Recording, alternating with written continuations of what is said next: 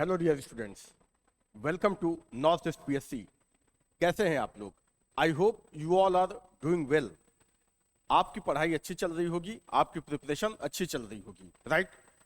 और आपकी प्रिपरेशन को और ज़्यादा धार देने के लिए हम लेकर आ रहे हैं एमसीक्यू सीरीज, राइट? इस समय हमारी एमसीक्यू सीरीज चल रही है जिसमें हम जो आपका सिलेबस है उसके सारे सेक्शंस को कवर करेंगे, ठीक है, वन बाय वन। जिसमें हिस्ट्री और पॉलिटी ये खुद मैं लेकर आ रहा हूं आपके लिए, और इसमें हम चैप्टर वाइज सारे सेक्शन को, मतलब पूरे सिलेबस को हम चैप्टर वाइज कवर करेंगे, राइट? और जिसमें टॉप एमसीक्यूज मैं खुद लेकर आ रहा हूं, आप डिस्कस कर रहा हूं, ताकि एक्चुअल एग्जाम में प्रैक्टिस की कमी की वजह से आपका परफॉर्मेंस खराब ना होने पाए, right? So we want to assure this through this series, right? और इसी सीक्वेंस में आज हम आपके लिए लेकर आए हैं गांधीयन फेज पार्ट 3, राइट? तो गांधीयन फेज ये एक बहुत लंबा फेज है मॉडर्न इंडियन हिस्ट्री का, फ्रॉम 1919 टू 1947, राइट? और इस पीरियड में बहुत सारी इवेंट्स हुई, ठीक है? It is this period is full of events, right? और इसको एक पार्ट में करवाया भी नहीं जा सकता, तो इसमें बहुत सारे पार्ट्स आएंगे। और स्पेसिफिकली आज जो टॉपिक हम डिस्कस करेंगे वो होगा Rowlatt act and Jallianwala Bagh massacre, right?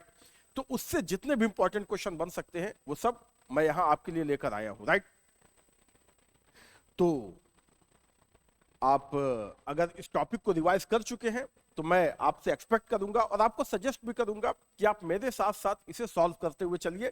मैं हर क्वेश्चन का आंसर बताने से पहले एक पॉज लेता हूं ताकि आप अपना भी एक रियल टेस्ट कर सकें। ओके, तो चलिए शुरू करते हैं।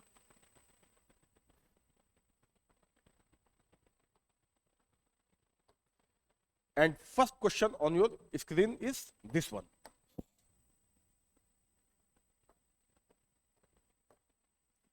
During the Indian freedom struggle, why did Rowlatt Act arouse popular indignation? Right? Indignation means oppose, protest, right? To dislike. Dislike because something is unpopular or forcefully imposed, right? उसे बोलते हैं indignation, right? तो ये पूछता है why did Rowlatt act arouse popular indignation? Rowlatt act का विरोध क्यों हुआ, उसको लोगों ने क्यों अपोज किया, राइट? तो बेसिकली ये क्वेश्चन पूछ रहा है। चार ऑप्शन दिए हुए हैं, देखते हैं। It curtailed the freedom of religion, it suppressed the traditional Indian education, it authorised the government to imprison people without trial, it curbed the trade union activities, right? ये चार ऑप्शन है, समझते हैं रॉलेट एक्ट था क्या।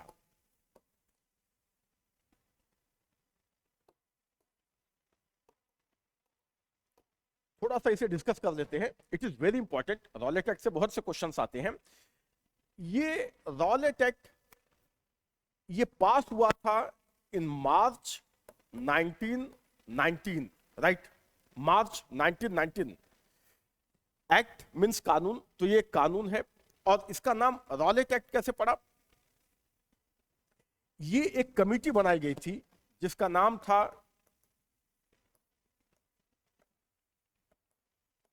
Sedition committee, right? Sedition committee. और इस committee का काम क्या था? To recommend how to control, how to stop और कर्ब द रिवॉल्यूशनरी एक्टिविटीज, ठीक है? जो उस समय क्रांतिकारी घटनाएं हो रही थी। मतलब who were revolutionaries? They also, there objective is also the independence of the country, but by violent means, by armed struggle, right? तो जो क्रांतिकारी तरीके से, वायलेंट मीन्स से भी उन्हें कोई परहेज नहीं था, कोई दिक्कत नहीं थी, और जो उस रास्ते पे चल के देश को आजाद कराना चाहते थे, ठीक है? तो ऐसे रिवॉल्यूशनरीज। तो इस समय तक आते आते ऐसे इवेंट्स बढ़ने लगे थे, मतलब assassination of the infamous officials और बॉम्ब ब्लास्ट, इस तरह की घटनाएं बढ़ने लगी थी। और ऐसे इस तरह की घटनाएं थी, राइट, जो रिवॉल्यूशनरी एक्टिविटीज थी, उनको रोकने के लिए एक कमेटी बनाई गई, सेडिशन कमेटी, जिसके चेयरमैन थे सर सिडनी रॉलेट। और इन्हीं के नाम पे मतलब इन्होंने जो रिकमेंडेशन दी उसके बेस पे कानून पास हुआ और इन्हीं के नाम पे उसका नाम पड़ गया रॉलेट एक्ट, राइट। इस एक्ट का नाम मुझे स्लिप हो रहा है, इस एक्ट का नाम कुछ और था, समथिंग, एक काफी लंबा सा नाम है, मुझे एग्जैक्ट याद नहीं आ रहा है, ठीक है। तो आप इसे सर्च करेंगे तो आपको आसानी से मिल जाएगा, किसी भी बुक में मिल जाएगा, इजिली अवेलेबल है, ठीक है। तो या मे भी अगर ऐसा कोई क्वेश्चन आया तो देख के मुझे याद आ जाएगा, ठीक है। बट इसे बोलते रॉलेट एक्ट ही है, मतलब on the name of Rowlatt the name given to it was Rowlatt act, right. क्या इसका एम था, मैंने डिस्कस कर ही दिया। क्या था ये जो कानून पास हुआ था, इसका ऑब्जेक्टिव क्या था? To curb the revolutionary activities, क्रांतिकारी घटनाओं को रोकना, राइट। अब इस एक्ट में था क्या, मतलब ये तो मैंने इसका ऑब्जेक्टिव बताया, इस एक्ट में था क्या? Basically it was a very tough law, very very tough law, right. इसमें किसी को भी बिना मतलब रीजन बताए किसी को भी अरेस्ट किया जा सकता था, राइट। किसी को भी अरेस्ट करके जेल में डाला जा सकता था और अपने अरेस्ट के अगेंस्ट ना तो उसे एडवोकेट रखने की परमिशन थी, ना ही कोर्ट में जाके अपील करने की परमिशन थी, राइट। तो इसे बोला गया उस समय ये बिना वकील, बिना अपील और बिना दलील का कानून था, राइट। दलील मींस आर्गुमेंट, मतलब आपकी गिरफ्तारी हो रही है तो आप रीजन नहीं पूछ सकते कि क्यों मुझे अरेस्ट किया जा रहा है। आप एडवोकेट नहीं रख सकते to defend you, you can not go to the court. तो बिना वकील, बिना अपील और बिना दलील का कानून था, राइट। वकील नहीं रख सकते तो कोर्ट में तो वैसे भी नहीं जा सकते, राइट। तो और it was branded as black law by the Congress, specially by Mahatma Gandhi. उन्होंने इसे काला कानून कहा, राइट। मतलब इस तरह तो किसी को भी आप रॉलेट एक्ट के तहत गिरफ्तार करके आप जेल में डाल सकते हैं, राइट, बिना किसी सुनवाई के, जब तक चाहे आप उसे जेल में रख सकते हैं। तो ये एक बहुत ही टफ कानून था, राइट। और ये क्वेश्चन क्या पूछ रहा है कि क्यों इससे, why it arouse popular indignation, right. तो क्यों इसका प्रोटेस्ट हुआ? रीजन मैंने आपको बता ही दिया। अब देखते हैं ऑप्शन में, it curtailed the freedom of religion. Religion से इसका कोई मतलब ही नहीं था, just a minute.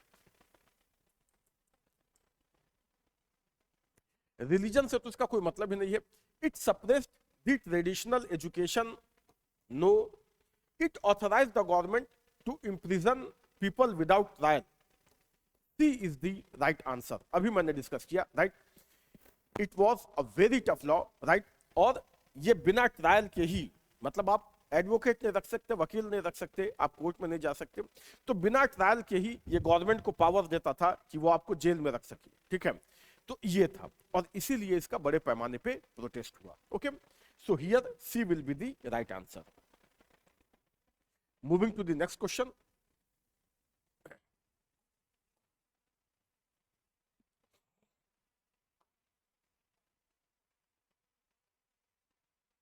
With reference to Rowlatt Satyagraha, which of the following statement is are correct? Okay, यहाँ पे 3 स्टेटमेंट दिए हुए हैं और हमें क्या बताना है? रॉलेट सत्याग्रह के कॉन्टेक्स्ट में इसमें से कौन सा सही है, देखते हैं। पहला स्टेटमेंट क्या है? The Rowlatt act was based on the recommendations of the sedition committee. अभी मैंने आपको बताया, इसे हमने डिस्कस किया, this is right. Sedition committee के रिकमेंडेशन पे ही इसको पास किया गया था। And who was presiding the sedition committee, who was the chairman of sedition committee? Sir Sydney Rowlatt, okay. In Rowlatt Satyagraha Gandhi ji tried to utilise the home rule league, ये भी सही है। जो एनी बेसेंट और तिलक ने जो होम रूल मूवमेंट स्टार्ट किया था, बाद में उसका लीडर गांधी जी को बना दिया गया, राइट। मतलब in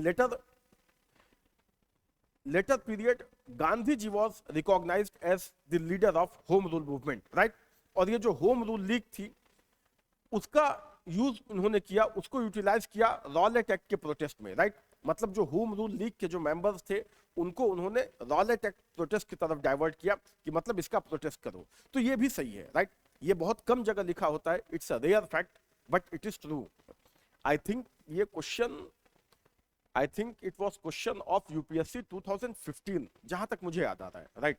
मतलब ये यूपीएससी का क्वेश्चन तो है, या आईएएस का क्वेश्चन है, राइट। तो ये सेकंड तो सही है। Demonstration against the arrival of Simon Commission coincided with the Rowlatt Satyagraha, ये बिल्कुल गलत है। साइमन कमीशन इंडिया में कब आया था? 1928 में। तो साइमन कमीशन का प्रोटेस्ट 1928 के बाद शुरू हुआ, और ये रॉलेट एक्ट की बात हो रही है, ये 1919 की बात हो रही है। तो थोड़ा भी आपने अगर हिस्ट्री पढ़ा है तो आप इसे तो एलिमिनेट कर ही देंगे, राइट। ये दोनों statement first and second are right. So what will be the right answer? Option B, 1 and 2 only, right. Option B इसका राइट आंसर हो जाएगा। ये दोनों ऑप्शन सही हैं। और देखो, जो मैं आपको क्वेश्चंस मैं डिस्कस करता हूं, जो क्वेश्चंस आपको सॉल्व करवाता हूं, इसका इंपॉर्टेंस केवल ये नहीं है कि ये क्वेश्चन पर्टिकुलर आपका सॉल्व हो गया। ये जो कुछ भी सही है, दीज आर फैक्ट्स। ये किसी और क्वेश्चन में किसी और तरीके से पूछे जा सकते हैं, राइट। सो मेरा पर्पस ये भी होता है आपको इंफॉर्मेशन देना।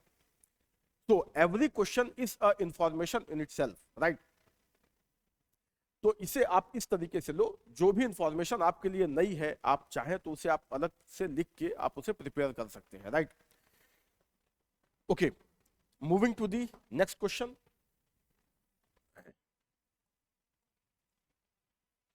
Consider the following statement about Rowlatt Satyagraha. यहां दो स्टेटमेंट है और हमें बताना है इनमें से कौन सा सही, ये कौन सा ऑप्शन इसमें सही है, देखते हैं। The Rowlatt Satyagraha turned out to be the first all India struggle against British government, although it was largely restricted to cities. हाँ, ये तो सही है काफी हद तक, यस यस। सेकंड क्या है? The Rowlatt act curbed the fundamental rights such as freedom of expression and strengthened police power. देखो, ये तो सही है। पहला ऑल इंडिया स्ट्रगल माना जाता है अगेंस्ट ब्रिटिश गवर्नमेंट। इनफैक्ट आप देखो तो इससे पहले स्वदेशी मूवमेंट हो चुका था। तो स्वदेशी मूवमेंट भी, उसका भी एम्बिट एक स्टेट से तो ज्यादा था, ठीक है। It was launched against the partition of Bengal. तो इशू तो बंगाल का था, बट वो मूवमेंट भी सिर्फ बंगाल तक ही लिमिटेड नहीं था। इनफैक्ट पंजाब में, महाराष्ट्र में बहुत ज्यादा उसका भी एरिया काफी वाइड था, बट उसे ऑल इंडिया नहीं बोल सकते, राइट। तो रॉलेट एक्ट, इसका विरोध तो देश के कोने कोने में हुआ। जैसे ही ये पास हुआ तो पहला स्टेटमेंट तो सही है, राइट। दूसरा स्टेटमेंट भी सही है, बस इसमें एक प्रॉब्लम क्या है, इसमें फंडामेंटल राइट का यूज किया है। तो देखो, आज के हिसाब से, मतलब अगर हम आज के पैरामीटर पे देखें तो अभी तो हमें क्या, fundamental right of, we have the freedom of expression, yes, ठीक है। तो आज तो, उस समय तो कोई फंडामेंटल राइट का कॉन्सेप्ट तो था नहीं, उस समय फंडामेंटल राइट नहीं था, राइट। बट हमें इतनी गहराई में जाके इसका आंसर नहीं देना है। ये सीधे सीधे क्या पूछ रहा है कि it curb the fundamental rights such as freedom of expression and strengthen police power. तो ये है तो सही, ठीक है। इसने फ्रीडम ऑफ एक्सप्रेशन को कर्ब किया और पुलिस पावर को तो बहुत ज्यादा स्ट्रेंथन किया। मतलब पुलिस किसी को भी गिरफ्तार कर सकती है बिना रीजन बताए, बिना अरेस्ट वारंट के, राइट। और जिसको अरेस्ट किया गया है उसे ना वकील रखने की परमिशन है, ना ही कोर्ट में जाके अपील करने की परमिशन है। तो definitely it strengthen the police power, right. और ये फ्रीडम ऑफ एक्सप्रेशन के अगेंस्ट था। तो both the statement are right, okay. ये दोनों ही स्टेटमेंट सही है। मतलब मैंने क्यों आपको डिस्कस किया कि फंडामेंटल राइट, इसलिए क्योंकि कभी ऐसा क्वेश्चन आया तो आप इसे बहुत गहराई में जाके इसका आंसर मत, मतलब कभी कभी ये भी होता है ना कि हम बहुत ज्यादा डेप्थ में सोच लेते हैं और फिर गलत आंसर टिक कर देते हैं। मतलब एग्जामिनर ने उतना डेप्थ में सोच के क्वेश्चन बनाया नहीं होता है, आंसर करते समय हम जितना डेप्थ में चले जाते हैं, राइट। तो आपको अगर वो क्वेश्चन आपको, मतलब अगर फर्स्ट इंप्रेशन में ही आपको लग रहा है कि वो सही है तो फिर आप उसे सही मानिए, ठीक है। This is the right way to deal the questions. क्योंकि कभी कभी हमें पहली बार में तो आंसर हम सही टिक करते हैं उसके बाद फिर हम उसे बहुत ज्यादा गहराई में सोचने लगते हैं और तमाम तरीके के एंगल मिक्स करके और लास्ट में उसे गलत कर देते हैं, specially these type of questions, right, which are not very objective, मतलब जो बिल्कुल ब्लैक एंड व्हाइट नहीं है जिसको इंटरप्रेट करना पड़ता है, ठीक है। तो ऐसे क्वेश्चंस को तो आप बहुत मेंटली अलर्ट होकर इसे सॉल्व करना चाहिए, राइट। सो यहां पे दोनों ही सही है, okay. So both the statement first and second are correct, यहां पे ए राइट आंसर हो जाएगा, ठीक है। Both the statements are correct, पहला स्टेटमेंट तो सही है ही, ओके, एंड दिस स्टेटमेंट, ये आपको फंडामेंटल राइट से कंफ्यूज नहीं होना है, मतलब आज के कॉन्टेक्स्ट में बोल रहा है कि फंडामेंटल राइट को कब किया, तो यस बिल्कुल किया, राइट। आज ऐसा हो सकता है, no, okay. Moving to the next question, the first venture of Gandhi in all India politics was the, अच्छा, first venture of Gandhi in all India politics, non cooperation movement, Rowlatt Satyagraha, Champaran movement, Dandi march. Champaran movement पहला movement तो था 1917 में ही हुआ था, but it was limited to a district of Bihar, Champaran, मतलब ये पूरे बिहार की बात भी नहीं हो रही है, केवल ये एक डिस्ट्रिक्ट की बात हो रही है, चंपारण की, right. So yes, Champaran movement मतलब ये पहला है, but it is not the right answer. In fact यहां पे आंसर हो जाएगा Rowlatt act, right, Rowlatt act. इसमें हालांकि इसमें गांधी जी को गिरफ्तार कर लिया गया, कोई बहुत लंबे समय तक वो मूवमेंट नहीं कर पाए, राइट। उन्होंने मूवमेंट लॉन्च किया और 2 से 3 दिन के अंदर अंदर उनको अरेस्ट करके जेल में डाल दिया गया, राइट। बट ये मूवमेंट बड़ा था, सही मायने में देखा जाए तो ऑल इंडिया मूवमेंट जो उन्होंने लीड किया और लंबे समय तक लीड किया वो है non cooperation movement, okay. But यहां इस कॉन्टेक्स्ट में चूंकि रॉलेट सत्याग्रह भी बड़ा और गांधी ने उसे लीड तो किया ही था, तो यहां पे आंसर हो जाएगा Rowlatt Satyagraha, right. Here B will be the right answer, क्योंकि सीधे सीधे पूछना first venture of Gandhi ji in all India politics, तो ये रॉलेट सत्याग्रह है, क्योंकि इससे पहले जो उनके 3 मूवमेंट थे, चंपारण, अहमदाबाद एंड खेड़ा, वो सब लोकल लेवल पे थे, राइट, मतलब सिटी वाइज। और पहला जो उनका पार्टिसिपेशन है ऑल इंडिया लेवल पे, वो उन्होंने रॉलेट एक्ट के प्रोटेस्ट में जो पार्टिसिपेट किया, वो उनका पहला ऑल इंडिया प्रोटेस्ट माना जाता है, right. So here B will be the right answer. Moving to the next question, the anarchical and revolutionary crime act was popularly known as, yes, जो मुझे नाम इसका याद नहीं आ रहा था रॉलेट एक्ट का, मैं अभी कंफ्यूज था कि बहुत काफी लंबा नाम है, बट एग्जैक्ट वर्ड मेरे दिमाग में नहीं आ रहा है। In fact it's answer is Rowlatt act, इसका एक्चुअल नाम यही था, anarchical and revolutionary crime act, okay, anarchical and revolutionary crime act. इसी को सर सिडनी रॉलेट के नाम पे इसे पॉपुलरली रॉलेट एक्ट बोला जाता है, ठीक है, बट उसका जो एक्चुअल नाम था वो ये था, anarchical and revolutionary crime act, right. और इसे आप आसानी से गेस भी कर सकते हैं। In fact if you ask me, it is very easy question, why, क्योंकि बाकी के जो एक्ट दिए हैं, Pitt's India act, Indian arms act, Ilbert bill, ये बहुत पुराने एक्ट हैं। अगर आपको केवल इतना, ये 1919 यहाँ पे इसने डेट लिख दी है, और ये डेट लिख के इसने इस क्वेश्चन को बहुत इजी बना दिया है, क्योंकि ये सारे एक्ट तो बहुत पुराने एक्ट हैं। 1784 का एक्ट है, इंडियन आर्म्स एक्ट, ये भी बहुत पुराना एक्ट है, मुझे एग्जैक्ट डेट नहीं याद आ रही है। इल्बर्ट बिल कंट्रोवर्सी, ये लॉर्ड रिपन के समय का है, तो ये सब तो बहुत ही पुराने एक्ट हैं, राइट। सो आप ऐसे भी केवल डेट के हिसाब से भी आप गेस कर सकते हैं, it is Rowlatt act. Moving to the next question, Which important event immediately preceded Jallianwala Bagh massacre? Jallianwala Bagh massacre से जस्ट पहले कौन सा इवेंट हुआ था? नॉन कॉपरेशन मूवमेंट, ये उसके बाद हुआ था, ये हुआ था 1920 में। जलियांवाला बाग मैसेकर कब हुआ था? ये हुआ था 1919 में, अप्रैल 1919। Enactment of Rowlatt act, communal award हुआ था 1932 में। Arrival of Simon commission 28 and enactment of Rowlatt Act 1919 itself, right?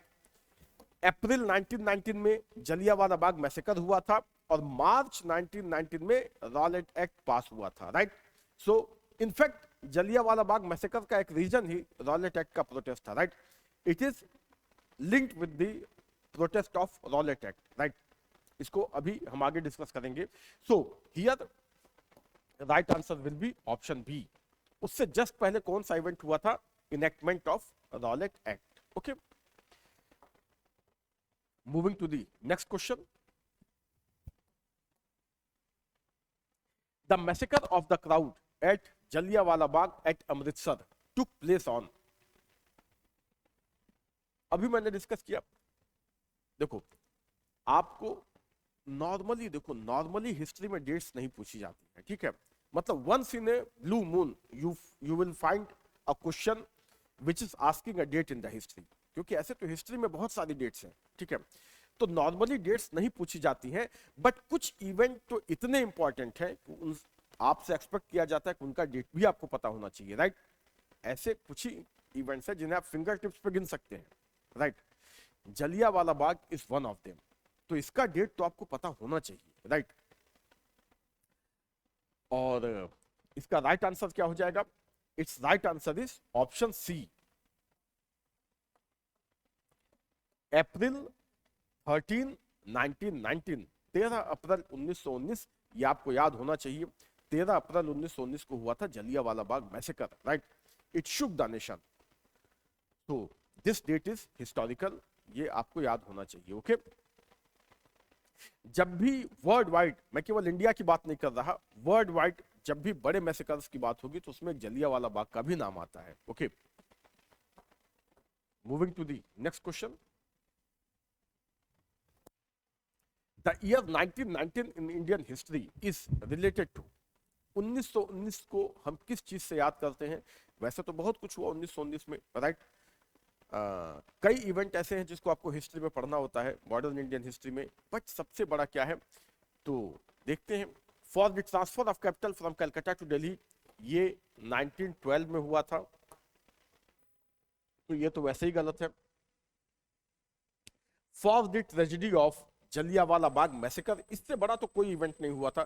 Partition of Bengal, खिलाफत मूवमेंट, ये सब वैसे भी 1919 में नहीं हुए थे. यहां here right answer will be option B, for the tragedy of Jallianwala Bagh massacre. ये जलियांवाला बाग मैसेकर, इससे बड़ा तो कोई इवेंट नहीं हुआ था, ठीक है? तो 1919 की जब भी बात आती है तो फिर जलियांवाला बाग का नाम आता है, राइट? तो ये आपको याद होना चाहिए. ओके, ऐसे तो इसी साल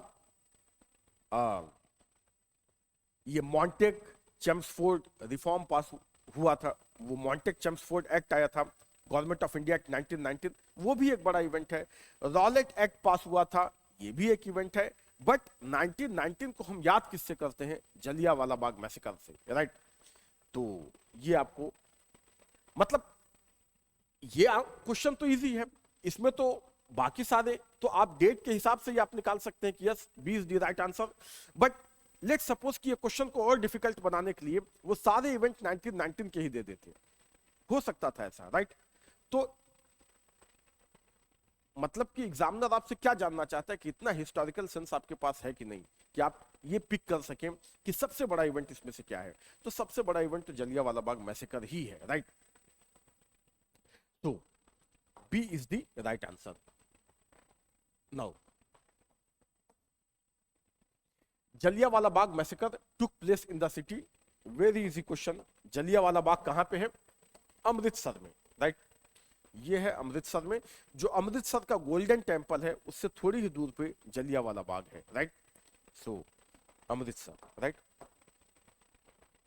moving to the next question.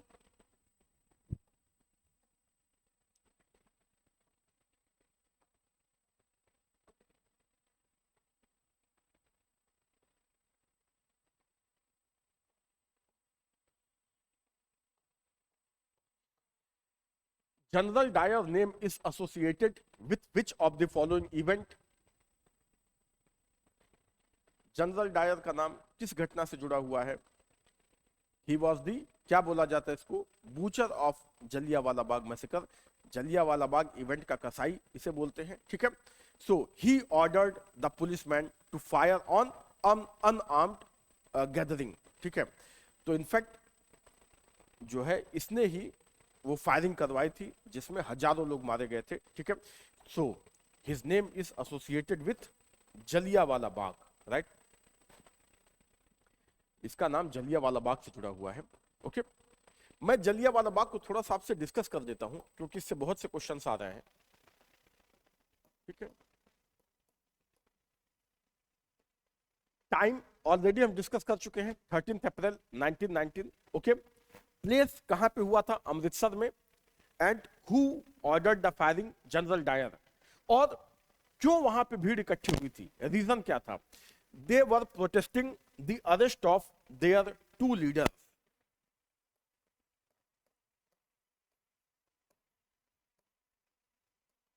Doctor Satyapal and doctor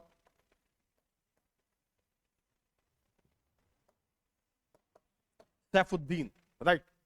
doctor Satyapal और डॉक्टर सैफुद्दीन का अरेस्ट हुआ था। They were very popular leader of Congress in Punjab, right. और they both, doctor Satyapal and doctor Saifuddin, they were protesting the Rowlatt Act. जो रॉलेट एक्ट का protest हो रहा था उसमें ये भी पार्टिसिपेट कर रहे थे, ये भी प्रोटेस्ट में शामिल थे, ठीक है, जिसकी वजह से इनको गिरफ्तार कर लिया गया था। And they were very popular leader in the Punjab. तो इनकी जो इनका अरेस्ट था उसके अगेंस्ट, उसको प्रोटेस्ट करने के लिए जलियांवाला बाग में एक गैदरिंग, एक पब्लिक मीटिंग रखी गई थी, राइट, जहां पे भीड़ इकट्ठी थी, जिसपे जनरल डायर ने, चूंकि वहां पे पंजाब में मार्शल लॉ लगा हुआ था, एंड मार्शल लॉ जब लगा हो तो इतनी बड़ी भीड़ का एक साथ इकट्ठा होना, ये मार्शल लॉ का मतलब ये माना गया कि उसका वायलेशन है। और बिना वार्निंग दिए इसने जो है, जनरल डायर ने वो जो गैदरिंग थी उस पर फायरिंग का ऑर्डर दे दिए, जिसमें हजारों लोग मारे गए। जो गवर्नमेंट ने जो फिगर दिया वो केवल 376 का है, but we all know it is मतलब it is not the right figure. Actually में जो मरने वाले थे उनकी संख्या इससे बहुत ज्यादा थी, राइट। तो ये है, this is the whole story about Jallianwala Bagh. तो जितने क्वेश्चन इससे बन सकते हैं ऑलमोस्ट मैंने सारा यहां पे डिस्कस कर लिया, राइट। तो ये है, moving to the next question.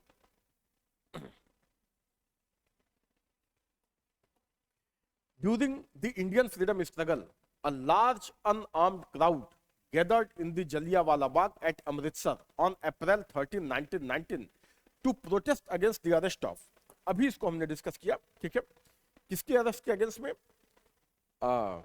Doctor Saifuddin Kitchlew and doctor Satyapal, ठीक है, अभी इसे हमने डिस्कस किया।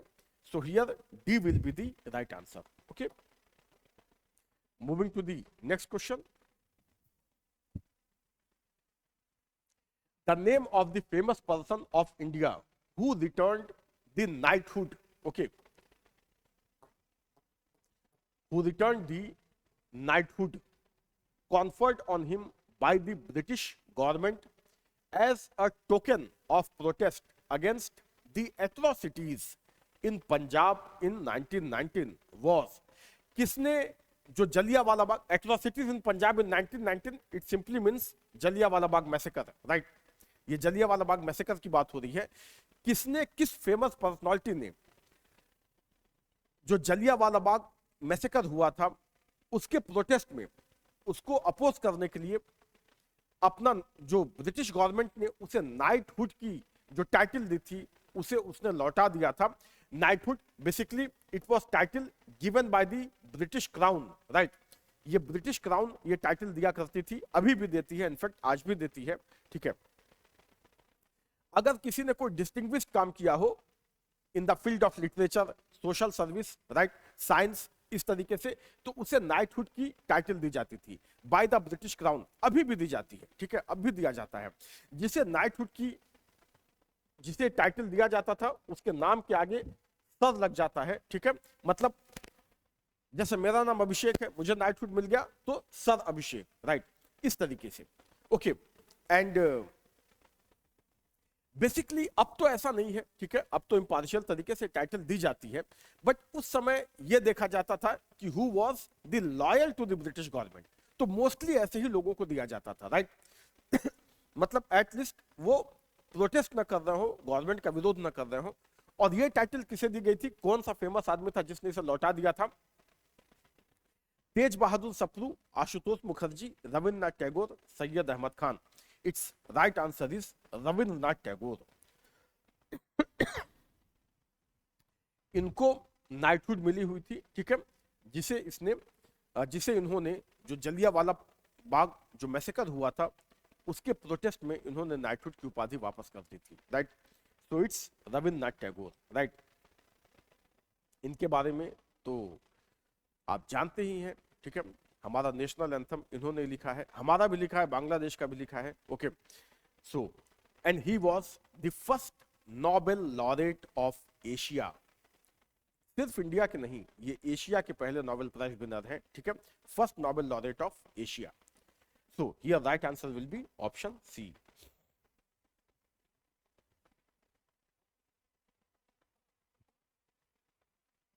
Now, given below are two statements, one labeled as assertion, other as reason, ठीक है। देखते हैं क्या है। ए क्या कह रहा है? Rabindranath Tagore renounced his knighthood or sir.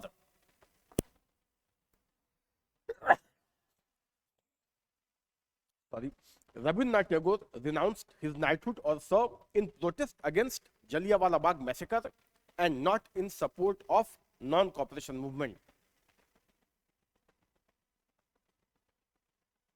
In protest against the Jallianwala Bagh massacre and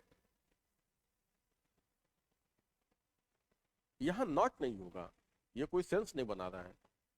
and in support of non cooperation movement, and not in support of non cooperation movement नहीं, यहां नॉट, ये मिसप्रिंट है, दिस इज मिसप्रिंट। ये सही statement क्या हो जाएगा? Rabindranath Tagore renounced his knighthood also in protest against Jallianwala Bagh massacre and in support of non-cooperation movement, right? R क्या कह रहा है? He wanted to participate in non-cooperation movement.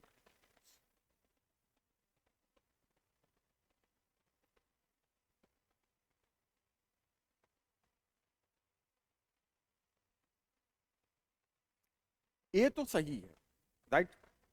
B is not true.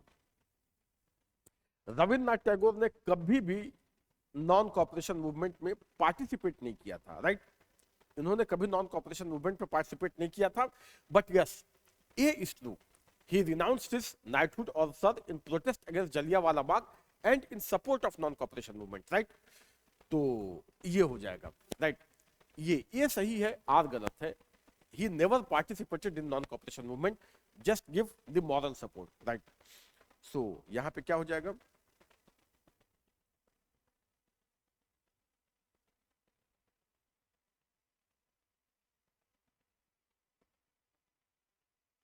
Okay okay, yes, ये सही है, ठीक है, ये मिसप्रिंट नहीं है।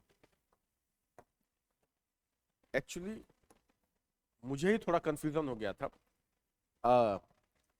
यस, ये सही है, ये वैसे भी सही है, क्योंकि इसमें दोनों गलत है, इसका तो कोई ऑप्शन ही नहीं है, ठीक है। तो इसमें क्या हो जाएगा? Rabindranath Tagore renounced his knighthood or sir in protest against Jallianwala Bagh massacre and not in support of non-cooperation movement. Actually, now I got the sense. ये क्या कह रहा है कि रविन्द्रनाथ टैगोर ने अपनी नाइटहुड या सर की जो टाइटल उन्हें मिली हुई थी, उसे ही रिनाउंस दैट टाइटल, वो टाइटल उन्होंने वापस की थी in protest against Jallianwala Bagh massacre and not in support of non cooperation movement. Non cooperation movement के सपोर्ट में नहीं, जलियांवाला बाग मैसेकर के अगेंस्ट में उन्होंने टाइटल वापस की थी। यस, दिस इज ट्रू, ठीक है। नॉन कॉपरेशन मूवमेंट के सपोर्ट में नहीं की थी। He never participated in non cooperation movement, right. और सेकंड तो वैसे ही गलत है, he wanted to participate in non cooperation movement, no. R is wrong, A is right, okay. तो देखो, मैं भी तो क्वेश्चंस आपके सामने ही पढ़ता हूं, राइट। तो ताकि आपको भी ये फील आए कि एक्चुअल एग्जामिनेशन हॉल में किस तरीके से माइंड काम करता है। तो जैसे मुझे कंफ्यूजन हुआ आपको भी हो सकता है, ठीक है, तो इस तरीके से आपको टैकल करना है, राइट। तो इसीलिए मैंने थोड़ा सा पॉज लिया, दोबारा से इसको पढ़ा, क्योंकि मैं खुद ही कन्विंस नहीं हो पा रहा था, राइट।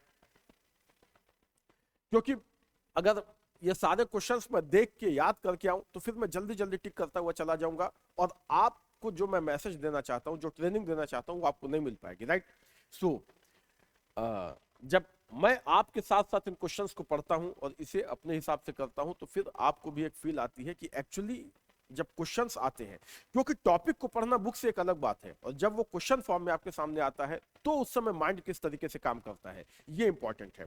ये केवल प्रैक्टिस से आ सकता है, right. Anyway, so here A is true but R is false, C is the right answer. Okay, here C is the right answer. Moving to the next question. Who resigned from the membership of Victory?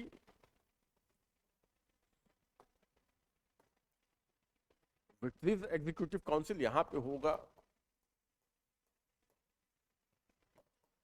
Viceroy's Executive Council. Who resigned from the membership of Viceroy's Executive Council as a protest against Jallianwala Bagh massacre?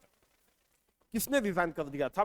Mahatma Gandhi, Rabindranath Tagore, Shankaran Nair, Jamnalal Bajaj. देखो, इन सबने कुछ ना कुछ तो किया था against the protest of Jallianwala Bagh massacre. Mahatma Gandhi ने कैसरे हिंद की उपाधि छोड़ दी थी, मतलब he renounced the title of Kaiser-e Hind, जो उन्हें ब्रिटिश गवर्नमेंट ने ही दिया था जब वो साउथ अफ्रीका में थे, right. That is a different story. बस आपको याद रखना है कि कैसरे हिंद की उपाधि छोड़ दी थी, राइट। रविन्द्रनाथ टैगोर हमने अभी डिस्कस किया, उन्होंने नाइटहुड की उपाधि छोड़ी थी। जमनालाल बजाज, इन्होंने भी सर की टाइटल रिनाउंस कर दी थी जो उन्हें मिली हुई थी, ठीक है। शंकरन नायर, यहां पे राइट आंसर हो जाएगा option C, he resigned from the viceroy executive council as a protest against Jallianwala Bagh massacre, right? He is a great personality, ठीक है, unsung hero of national movement. इनकी चर्चा बहुत कम होती है, राइट। ना सिर्फ इन्होंने वाइसरॉय एग्जीक्यूटिव काउंसिल से रिजाइन कर दिया था, बल्कि इन्होंने जनरल डायर के अगेंस्ट केस भी लड़ा था, ठीक है, इन्होंने उसके अगेंस्ट केस भी लड़ा था, and he strongly put forward the side of Indians in this case, right. एक मूवी अभी आई थी हाल ही में, काफी नई मूवी है, Kesari chapter 2। I strongly recommend you to watch that movie, ठीक है। आप हमेशा पढ़ते तो नहीं रह सकते ना, कभी तो इंटरटेनमेंट भी करते होंगे, तो क्यों ना अच्छा इंटरटेनमेंट करे जो कहीं ना कहीं आपकी स्टडी को भी सपोर्ट करे, right. I strongly recommend you, ठीक है, टू वॉच। आज सैटरडे है, कल संडे है, तो कल ही देख डालो, ठीक है। I strongly recommend you to watch that movie, it's a brilliant movie. मैं इसलिए नहीं कह रहा कि मूवी इंटरटेनिंग है, इससे आपको बहुत कुछ सीखने को मिलेगा, राइट। ये सर शंकरन नायर की ही कहानी है, जो केसरी चैप्टर 2 है। It's a story about sir Sankaran Nair, what he did after the Jallianwala Bagh massacre, right? It's a brilliant movie. I strongly recommend you, please watch it, right? तो यहां राइट आंसर हो जाएगा option C, right.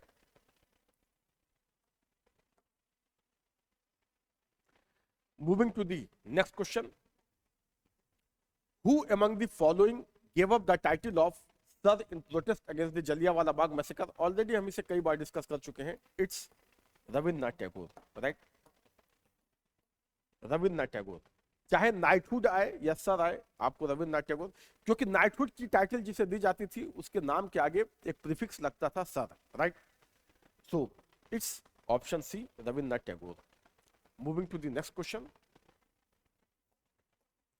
The Hunter commission was appointed after black hole incident, Jallianwala Bagh massacre, uprising of 1857, partition of Bengal. It's option is option B, Jallianwala Bagh massacre, right. Hunter Commission was appointed by the British government to inquire about the Jallianwala Bagh massacre. मतलब जो event, मतलब जलियांवाला बाग में जो हुआ, जो mishappening हुई, जो इस तरह का एक जो ब्रूटल किलिंग हुई, ठीक है, जो ब्रूटल किलिंग हुई उसके पीछे क्या रीजन थे, वॉज इट जस्टिफाइड और नॉट, वो सारी जनरल डायर का डिसीजन सही था गलत था, तो वो सारी चीजों को इंक्वायरी करने के लिए हंटर कमीशन ये अपॉइंट किया गया था by the British government, right. And जो इसकी रिपोर्ट थी इट वॉज वेरी डिसअपॉइंटिंग, मतलब इसने ये तो माना कि ये डिसीजन गलत था, ठीक है, और इससे बचा जा सकता था, बट इसने जनरल डायर को एक तरीके से क्लीन चिट दी कि मतलब वो सिचुएशन को सही तरीके से समझ नहीं पाया, राइट। उन्हें लगा कि कोई बहुत बड़ा इंसिडेंट हो सकता है, मिसहैपनिंग हो सकती है, और इसलिए उन्होंने गोलियां चलवा दी। So basically its report was a white wash over this brutal killing, right. तो इसका आंसर हो जाएगा option B, Jallianwala Bagh massacre, right. Moving to the next question, who from the following killed Michael O'Dwyer responsible for the Jallianwala Bagh massacre? Michael O'Dwyer, देखो दो Dyer थे, यहां मैं आपको क्लियर कर दूं, एक है जनरल डायर जिसने गोली चलाने के ऑर्डर दिए, राइट, एंड उस समय पंजाब का lieutenant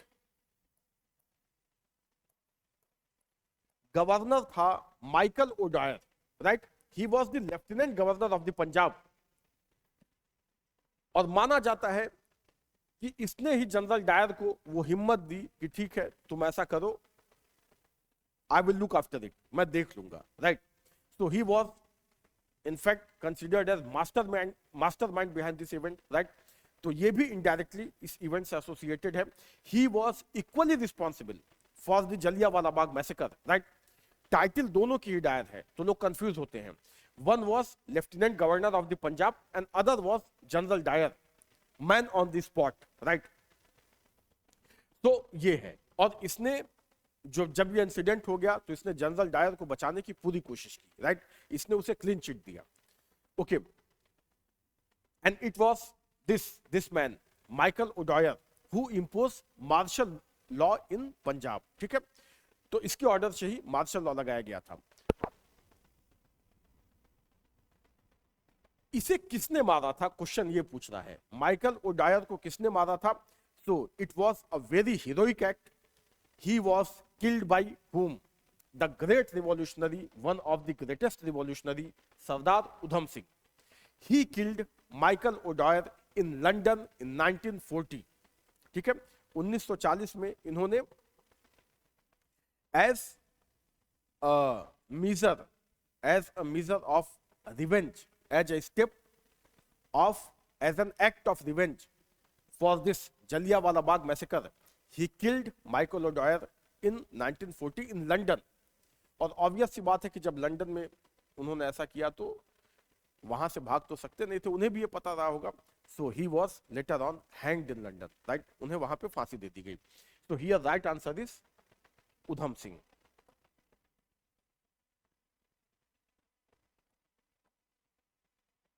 Who was the Viceroy of India at the time of Jallianwala Bagh massacre in 1919? Okay, 1919 में कौन वायसराय था? Very easy question. Lord Chelmsford, Lord Minto, Lord Dalhousie, Lord Canning. In fact ये तीनों बहुत पहले थे, ठीक है, ये बात हो रही है 1919 की। It's right answer is Lord Chelmsford. और अगर आपने हिस्ट्री को थोड़ा अच्छे से पढ़ा है और डायरेक्टली अगर इसका आंसर आपको नहीं भी पता है, अगर आपने इस बात पे, अगर ये बात आपसे बाईपास भी हो गई कि उस समय कौन वाइसरॉय था, तो आप गेस करके भी इसको सही लगा सकते हैं। उसी समय पास हुआ था गवर्नमेंट ऑफ इंडिया, 1919 में ही एक कानून पास हुआ था, गवर्नमेंट ऑफ इंडिया एक्ट 1919, जिसे मॉन्टेग चेम्सफोर्ड रिफॉर्म भी कहते हैं, राइट। सो वो लॉर्ड चेम्सफोर्ड के समय में पास हुआ था, hence his name in the act, right. तो इस बेसिस पे भी आप यहां पे गेस कर सकते हैं। So it's answer is Lord Chelmsford, okay.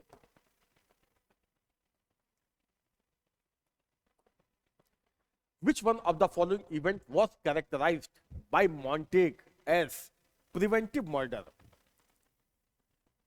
किसने बोला था ये प्रिवेंटिव मर्डर था? मतलब किस इवेंट को मॉन्टेग ने बोला था कि ये प्रिवेंटिव मर्डर था? Who was Montague?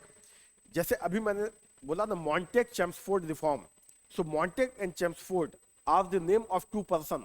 Government of India Act 1919 को मॉन्टेग चेम्सफोर्ड रिफॉर्म भी बोला जाता है। चेम्सफोर्ड तो हमने डिस्कस किया, he was the then viceroy of India. And who was Montagu? He was secretary of state for India, right. ये एक पोस्ट होती थी जिसे कैबिनेट मिनिस्टर का रैंक मिला हुआ था इन ब्रिटिश कैबिनेट, राइट। और इनका काम क्या होता था? To look after the affairs of India. This post was created by government of India act 1858, right. Secretary of state for India. तो मॉन्टेग वही था। और इसने क्या बोला था, मतलब किस इवेंट को इसने बोला था preventive murder? Jallianwala Bagh massacre को, राइट। कि ये प्रिवेंटिव मर्डर है, मतलब कोई बड़ी, जैसा कि अभी मैंने डिस्कस किया कि कोई बड़ी मिसहैपनिंग ना हो जाए, उसको प्रिवेंट करने के लिए ये काम करना पड़ा, right. So it was this kind of statement are just a white wash, this kind of shameless statements are just a white wash. मतलब ये जो जलियांवाला बाग मैसेकर है उसको व्हाइट वॉश करने के लिए इस तरह के स्टेटमेंट दिए गए, उसको डिफेंड करने के लिए, in fact, right. So this, right. Moving to the next question. Okay. So this is all for today. ये हमारा आज का सेशन था। इसमें हमने एक छोटे से टॉपिक को चुना, Rowlatt act and Jallianwala Bagh massacre, और उसे पूरे डिटेल में डिस्कस किया। तो मुझे नहीं लगता कि इस टॉपिक से इससे ज्यादा क्वेश्चन बन सकते हैं, ठीक है। जो भी इंपॉर्टेंट क्वेश्चन थे वो सब कुछ हमने इस टॉपिक में डिस्कस किया, राइट। तो आई एम एश्योरिंग यू, हम आपको प्रैक्टिस के लिए क्वेश्चंस की कमी नहीं होने देंगे, ठीक है। आप टॉपिक्स को तैयार करिए और प्रैक्टिस के लिए हम आपके लिए टॉप एमसीक्यूज लेकर आते रहेंगे, right. So B with us, B with this series. आपको इसका बेनिफिट डेफिनेटली मिलेगा, आप इस सीरीज के साथ बने रहिए। हम पॉलिटी और हिस्ट्री के एमसीक्यूज तो मैं आपको ऑल्टरनेट लेके आता ही रहूंगा, ठीक है। तो जिसमें हम पूरे टॉपिक को, पूरे सेक्शन को कवर करेंगे, जैसे पूरी हिस्ट्री को हम इसमें कवर करेंगे, ancient, medieval, modern, and similarly हम पॉलिटी के भी सारे ही चैप्टर्स को कवर करेंगे, ओके। तो be with us and this is all for today. Keep reading, keep growing, okay. See you in the next session. Till then, bye bye, take care.